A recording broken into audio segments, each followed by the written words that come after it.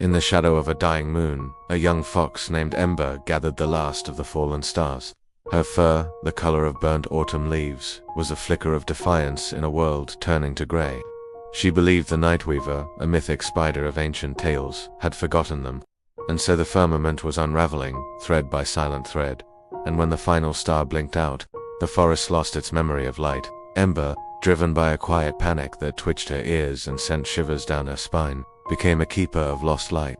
She saw the fading heavens not as a wound to be mourned, but as a tapestry to be mended. With hesitant paws, she collected what she thought was celestial fragments, the ghostlight of glowing mushrooms clinging to damp bark, the captured sparks of fireflies in a cage of woven reeds, the diamond glint of dewdrops caught in abandoned spider webs. Her den, a hollow beneath an old oak, became a hoard, an artificial sun burning against the encroaching twilight. Inside, the light was frantic, trapped, a frantic pulse against the earthen walls. Outside, the world was forgetting its own shape, its colors bleeding into a uniform, desolate monochrome. The forest no longer breathed the deep, rhythmic breath of the night. It was holding it, suffocating. The light that Ember so desperately hoarded was the very lifeblood of the woods. Without the fireflies dancing their erratic ballet from petal to petal, the moon petal flowers, which only opened their faces to the night, remained tightly shut, their seeds locked away. The dew, once a gift to the thirsty roots and a mirror for the constellations, now only reflected the sterile glow of Ember's den. The forest grew sick on its stolen nourishment. The soil cracked like old parchment. Empty bird nests sat like hollow eyes in the bare branches, and the familiar paths, once traced by moonlight and instinct, dissolved into a labyrinth of confusion. One evening, Ember saw a small hedgehog, no bigger than a pinnacone, circling aimlessly, lost in the unnatural darkness just beyond her burrow. A cold stillness settled in her chest. She paused, her breath a small cloud in the chilled air, the weight of her solitary mission pressing down on her. The light in her den did not feel like a victory, it felt like a cage. From the highest branches of a skeletal silver birch, a deaf old owl had been watching. She did not see the world with her clouded eyes, nor hear it with her silent ears, but she felt its tremors through the soles of her talons. She descended on wings that made no sound, a shadow within a world of shadows, and landed at the entrance to Ember's den. The young fox flinched, ready to defend her treasure, but the owl did not lunge.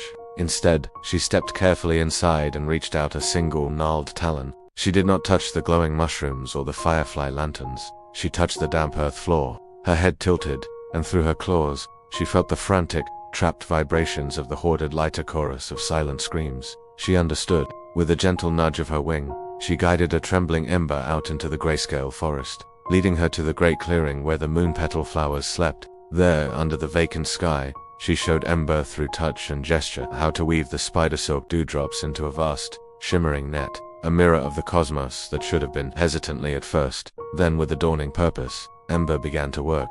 The owl, a silent, steady presence at her side, showed her how to unspool the silk without breaking the dewdrops, how to knot the strands into a constellation of her own making.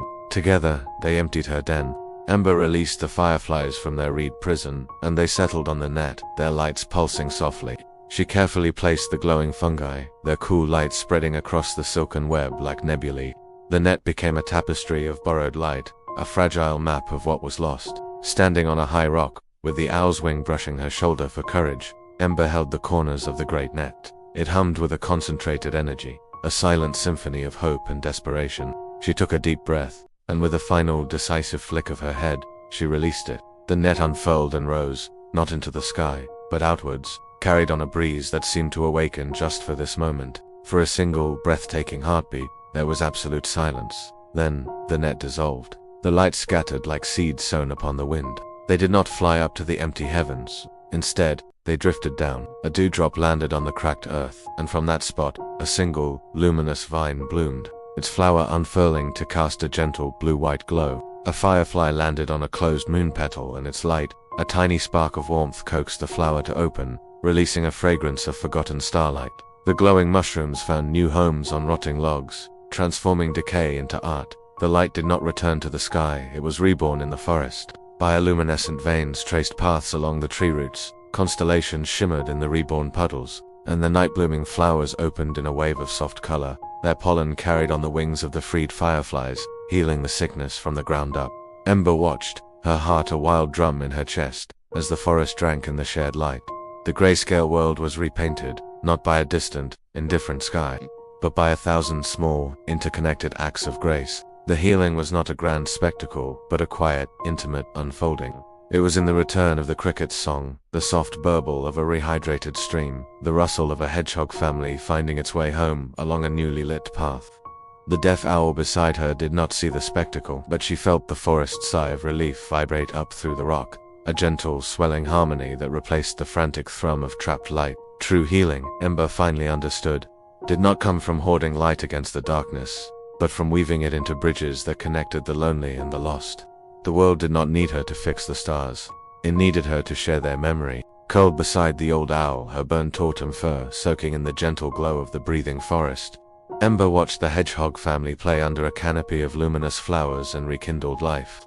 The sky above remained a dark velvet blanket, but it was no longer empty. It was a canvas, waiting for the stories the forest would now tell. The darkest night needs not your light but your trust to share it.